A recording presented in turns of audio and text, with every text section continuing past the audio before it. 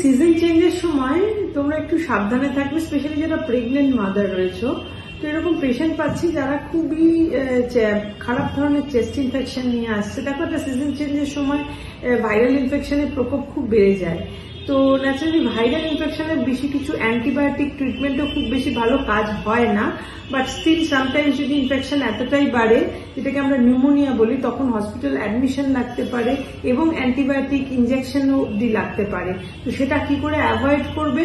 Simple thing হচ্ছে, আমি বলবো যত এক্সপোজার টু এই যে চেঞ্জেস অফ ওয়েদারে কি হচ্ছে, অনেক ভাইরাস ঘুরে বেড়াচ্ছে, যেহেতু প্রেগনেন্সিতে ইমিউনিটি খারাপ থাকে তাই প্রেগনেন্ট ওমানরা বেশি এফেক্টেড হয়। তো সেটার জন্য যত বাইরের অ্যাক্টিভিটি কমাবে এটা ভালো, নিজেকে ভালো করে ঢেকে ঢুকে রাখা, যাতে কিনা ইনফেকশন মানে এই ঠান্ডা গরমের এফেক্টটা তোমার কম হয়।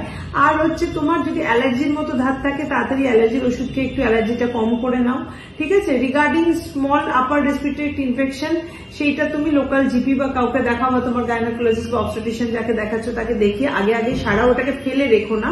এখন আরেকটা জিনিস যেটা হচ্ছে যে ইনফেকশন হওয়ার পরে যে কাফ একটা হচ্ছে, লোকে সেই কাফটা লং স্ট্যান্ডিং হচ্ছে, ইভেন নেবুলাইজেশন নিতে হচ্ছে, যেখানে একটা মানে চেস্টে এমনই এফেক্টেড হচ্ছে যে যাতে কিনা তোমার শ্বাস নিতে কষ্ট হচ্ছে, তখন ওই স্পেশালি অক্সিজেন উইথ মেডিকেশন দিয়ে একটা মাস্ক দিয়ে আমরা দিই, তাকে বলে নেবুলাইজ করা, সেটাও করতে হচ্ছে।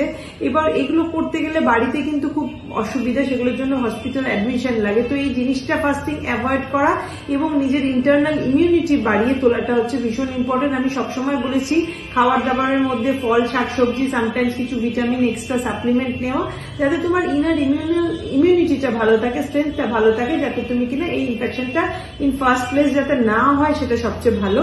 তো যদি হয় তাহলে তার আর্লি রেমিশন দেখতে হবে, তাড়াতাড়ি ডাক্তারের কাছে যাবে, বাড়িতে ফেলে রাখবে না, যাতে কিনা তোমার আর্লি ট্রিটমেন্ট করে হসপিটাল অ্যাডমিশনটা বন্ধ করতে পারি আমরা। তো এই ছোট ছোট টিপস গুলো যদি মনে রাখো, তাহলে কিন্তু তুমি আর ওভার দ্য কাউন্টার অ্যান্টিবায়োটিক খেয়ে জিনিসটাকে প্রলং করবে না। অলওয়েজ ইনফেকশন যদি হয়, স্পেশালি প্রেগনেন্ট মাদারদের, তাড়াতাড়ি করে ডাক্তার দেখিয়ে একটা প্রপার ট্রিটমেন্টের মধ্যে যাও, so that you can avoid এই হসপিটালাইজেশন, নেবুলাইজেশন, এই বড় বড় জিনিসগুলো।